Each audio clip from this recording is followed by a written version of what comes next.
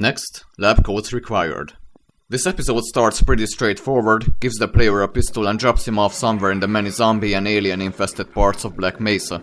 The mapping and lighting is solid overall, it really feels like walking down the corridors of the good old anomalous materials labs. In the beginning the episode starts as survival horror, dark rooms with lots of zombies and limited ammo, but supplies the player with enough ammo afterwards, resulting fun alien hunting and gunfights in the end.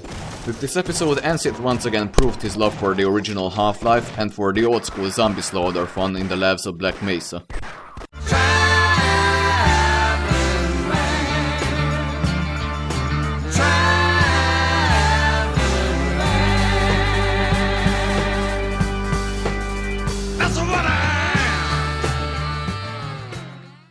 Next up, Coil.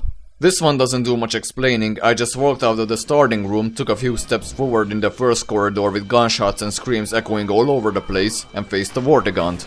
With no weapons to fight back, I started to search for cover for an alternate route. And I found lots of alternate routes.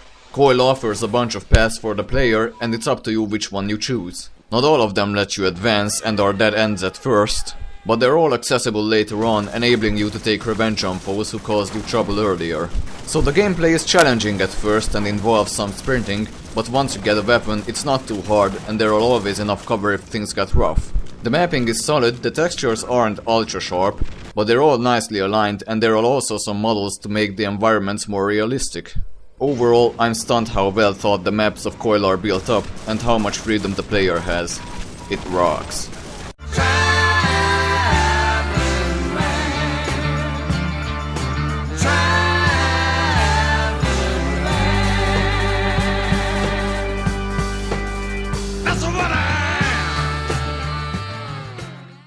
Well, left my personal favorite for last, Second Wind.